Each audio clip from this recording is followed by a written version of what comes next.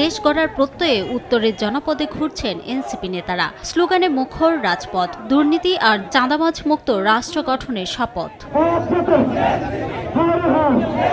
সোমবার সপ্তম দিনে পদযাত্রার সূচনা হয় নাটোরে। শহরের মাদ্রাসা মোড়ের স্বাধীনতা চত্বরে পথসভায় এনসিপির শীর্ষ নেতারা বলেন, গণ অভ্যুত্থানের আকাঙ্ক্ষা বাস্তবায়ন না হওয়া পর্যন্ত রাজপথ ছাড়া যাবে না। নতুন বাংলাদেশে ফ্যাসিস্ট হলে আওয়ামী লীগের মতোই পরিণতি হবে বলে হুঁশিয়ারি দেন তারা। বাংলাদেশের নারীরা যদি নেমে না আসতো, এই অভ্যুত্থান সফল হতো না। নারীদের ত্যাগ, নারীদের বিসর্জন, সবকিছু বাংলাদেশকে পরিবর্তন করবে। এই নাটোরে কি কোনো চাঁদাবাজের ঠাঁই হবে? দখলদারের ঠাঁই হবে?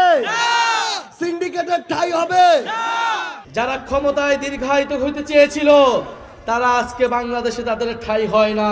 স্বৈরাচারী ফ্যাসিবাদী সরকারের পতন থেকে শিক্ষা না নেই, তবে তাদের পরিণতিও সেই দিকেই যাবে।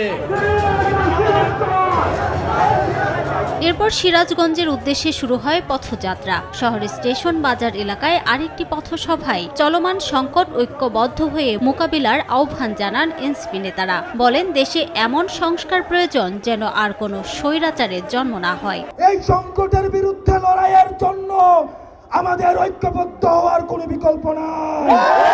অতীত ফ্যাসিবাদের বিরুদ্ধে এবং আগাম ষড়যন্ত্রের বিরুদ্ধে আমাদের শক্ত অবস্থান জারি রাখতে হবে। আমরা পুরনো রাষ্ট্রে, পুরনো দেশের সিস্টেমে ফেরত যেতে চাই না। সংস্কার লাগবে, সংস্কারের মাধ্যমেই নতুন দেশ লাগবে। এমনও সংস্কার লাগবে যাতে বাংলাদেশ আর কেউ কখনো স্বৈরাচারী হতে পারে না। রাতে পাবনা জেলা সদরে শহীদ চত্বরে বৃষ্টি মাথায় নিয়ে পথসভা করেন এনসিপির নেতাকর্মীরা। উত্তরবঙ্গের 16 জেলার মধ্যে আজকে সর্বশেষ জেলা হিসেবে এই মুহূর্তে পাবনায় রয়েছি।